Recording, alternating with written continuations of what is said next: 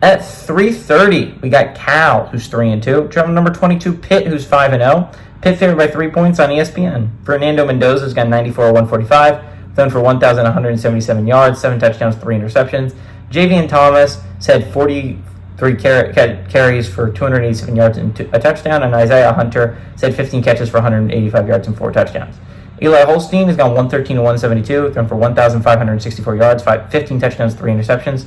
Desmond Reed has had 62 carries for 374 yards and a touchdown, and Renata Mumfield has had 23 catches for 426 yards and 3 touchdowns. Pitt's 3-2 against Cal all time. Last game to go to Cal in 1966, though. But Cal is 0-2 when traveling to Pitt. Home team is 4-1 in these kind of games.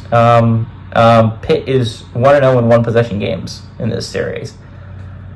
Both these teams are coming off interesting weeks, right? Pitt's 5-0 for the first time in a long time. They're one of the bigger shocks of the year. Understandable, Indiana's going to get a lot of attention because they have looked pretty solid so far. But Pitt has been surprisingly good. They have gone against teams I actually have a decent amount of respect for. Like, West Virginia has looked good so far this year. And the big test will come tonight. We're going to get into the Iowa State-West Virginia game a bit later.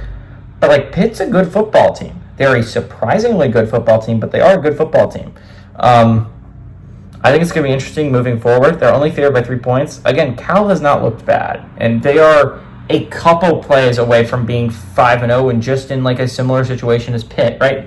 Cal will probably walk away with one of the more heartbreaking losses of the year. I don't think anything will beat Baylor, Colorado as absolute rip your heart out, gut-wrenching loss, right?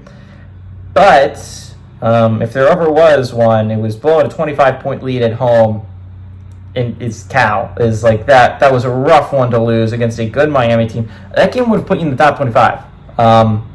You would have been 4-1. You would have been hyped up as a possible dark horse in the ACC. But instead, you start off your ACC journey, I think 0-2 with losses to Florida State and Miami.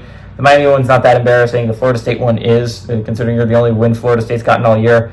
Pitt's looked really good. I think this is honestly one of the more underrated quarterback matchups of the day. I understand there's going to be some decent ones, and we're going to talk about them a little bit later, but Fernando Mendoza versus Eli Holstein should be honestly really good television. There's a reason why that game's going to be on ESPN. The home team typically wins. Pitt has been good in one-possession games. Pitt's been really good in one-possession games this year. I like Pitt, honestly. I hate to break it to Cal. Maybe Cal ends it. I mean, Cal could easily be the team that beats Pitt for the first time, but I like home team here. I like Pitt. I like Pitt to win. I like Pitt to cover the 3-point spread.